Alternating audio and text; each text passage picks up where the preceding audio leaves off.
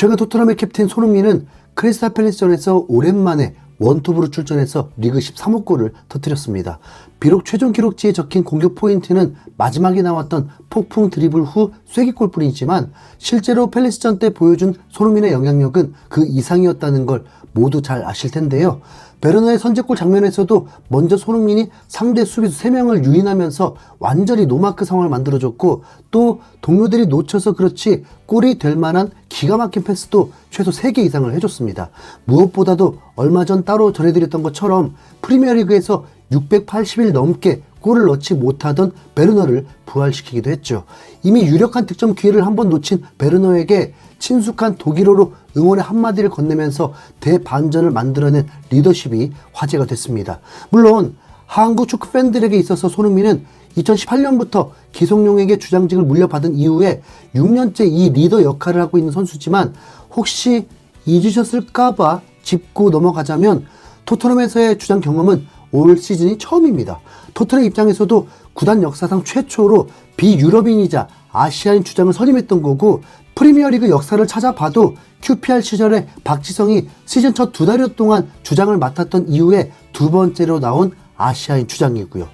프리미어리그에서 주장을 맡은 2명의 아시아인이 모두 한국인이라는 것도 새삼 대단하죠. 또 재밌는 건 올 시즌 프리미어리그 주장들 중에 손흥민만이 유일한 공격수라는 부분인데요. 과거 명장들의 현역 시절 포지션을 살펴보면서 공격수 출신 명장이 드물다는 말을 했는데, 어떻게 보면 주장들의 포지션에서도 그런 비슷한 느낌이 납니다. 팀의 주장은 필드에 나와 있는 11명의 선수들을 골고루 신경 써야 하는 위치다 보니까 아무래도 전방보다는 후방에 있는 포지션이 모든 선수들을 살피기가 편하잖아요. 그래서 맨시티의 주장은 수비수 카일 워커, 리버풀의 주장은 센터백 반다이크, 아스날의 주장은 미드필더 웨데고르입니다.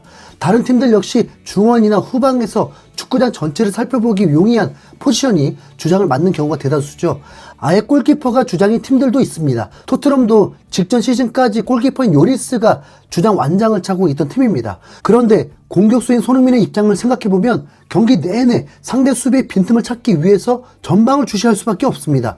최소 2명 이상의 수비수들에게 견제를 당하면서 옵사이드 트랩에 걸리지 않도록 절묘하게 침투를 해야 되는 상황이기 때문에 분명 필드 전체를 다 아우르기에는 여유가 없다고 보는 게 일반적인 경우가 맞죠. 하지만 손흥민은 과거 무리뉴 시절 때부터 수비 가담에 매우 일가견이 있었고, 한국 국가대표팀에서도 많은 경험을 쌓아서 공격수임에도 불구하고 상대편 골대만이 아니라 후방에 위치한 동료들까지 두루 살필 수 있는 넓은 시야까지 갖추게 된 것 같습니다. 뿐만 아니라 손흥민의 부드러운 카리스마도 한 몫을 제대로 했다고 봐야 하는데요. 예전에는 유럽이라고 하더라도 강력한 카리스마로 찍어 누르는 리더십이 좋은 성과를 내곤 했습니다. 다들 잘 아시는 맨유의 퍼거슨 감독은 선수들의 코앞에서 머리가 날리도록 고함을 쳐서 헤어 드라이기라는 별명이 붙을 정도였고, 자기 말을 안 듣는 선수들을 향해서 축구화도 집어 던진 적이 있다고 하잖아요. 하지만 요즘의 분위기는 많이 다릅니다. 옛날처럼 수직적으로 찍어 누르는 방식으로는 어린 선수들의 존경심을 받기는커녕 오히려 은근히 따돌림을 당한다거나 무시를 하는 경우가 많거든요. 당장 올 시즌에 맨유의 테나그 감독만 봐도 원래는 규율과 기강을 매우 중시하는 걸로 유명한 호랑이 스타일의 감독입니다. 그렇게 호날두도 시즌 중반에 쫓아내고 제이든 산초도 겨울 이적 시장에서 내보내면서 살짝 오래된 방식의 리더십을 보여줬죠. 그러나 올 시즌에 결국 선수단과의 불화가 여러 차례 불거지면서 이런 방식은 더 이상 통하지 않는다는 게 증명됐습니다. 라파엘 바란이나 마커스 레시포드 등 맨유의 대들보 같은 선수들과 연이어 부딪히면서 경질 얘기까지 나왔으니까요.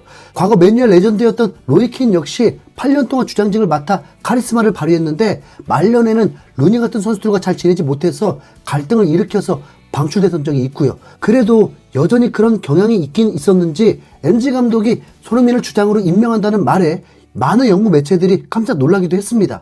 프리미어리그에서 8시즌을 보내는 동안에 한 번도 권위적인 모습을 보여주지 않았던 탓에 손흥민이 리더가 될 수 있을 거라고 전혀 생각을 못했던 사람들이 많았던 것입니다. 그러나 앞서 설명했던 것처럼 손흥민이 권위를 내세우는 선수가 아니기 때문에 되려 이 선택이 신의 한 수가 됐죠. 토트넘은 리그 전체에서 선수들 평균 나이가 3번째로 어린 MZ세대팀이라고 봐야 하는데, 권위적인 카리스마형 리더가 있었다면 조화가 제대로 이루어지지 않았을 게 뻔합니다. 어린 선수들과도 진한 우정을 보여줄 수 있는 손흥민이라서 토트넘 선수단의 분위기가 지금처럼 화목할 수 있는 겁니다.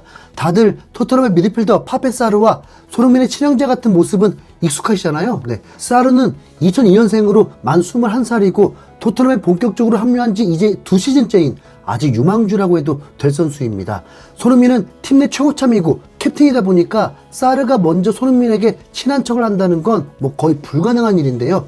지금처럼 친형제 같은 사이를 보여준다는 건 손흥민이 사르에게 먼저 다가갔다는 증거입니다. 실제로 사르는 인터뷰를 통해서 손흥민은 정말 착하다. 처음 만난 날부터 우리는 잘 지냈다. 좋은 우정을 가지고 있다. 나를 많이 도와주고 경기장 안팎에서 조언을 해준다. 정말 고맙다. 손흥민은 내가 팀에서 가장 좋아하는 사람 중 한 명이다라면서 손흥민에 대한 애정을 드러냈습니다. 사르가 손흥민에 대해서 묘사한 내용을 보면 손흥민은 대단한 선수다. 언제나 농담을 하고 모두 장난을 치면서 자신의 좋은 분위기를 팀 전체와 나누기 위해 노력한다. 내가 영어를 못할 때도 항상 옆에 있어줬고 팀에 잘 녹아들 수 있도록 도와줬다. 가끔 구석에 있을 때도 항상 와서 말을 걸어줬다라면서 팀의 최고 스타임에도 불구하고 거리낌 없이 어린 선수들에게 먼저 다가가서 우정을 나누는 사람이라는 걸 알 수 있습니다. 올 시즌에 새롭게 합류한 반더벤 역시 이미 수차례 손흥민의 리더십에 대해 극찬하면서 존경심을 표한 적이 있죠. 작년 9월에 했던 구단과의 공식 인터뷰에서 나를 가장 잘 챙겨주는 선수는 손흥민이다. 그는 세상에서 최고로 인간적인 사람이다. 경기장 안팎에서 모두 진정한 주장이다라면서 손흥민의 리더십을 칭찬했던 것에 이어서 바로 오늘 공개된 단독 인터뷰에서도 손흥민에 대해 극찬을 쏟아냈습니다. 전체 인터뷰 내용을 전할 수는 없지만 진행자가 손흥민의 영향력에 대해 질문을 하면서 손흥민 얘기가 나왔는데요.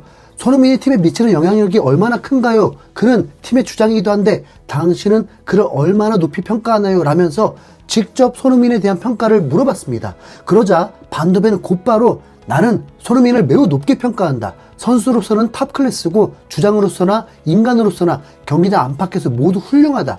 손흥민은 경기장 밖에서조차 축구 생각뿐이다. 당연히 개인적인 얘기도 나누지만 그는 언제나 축구에 대해 생각하고 있다라면서 손흥민이 모든 면에서 모범이 될 만한 최고의 리더라고 극찬했죠.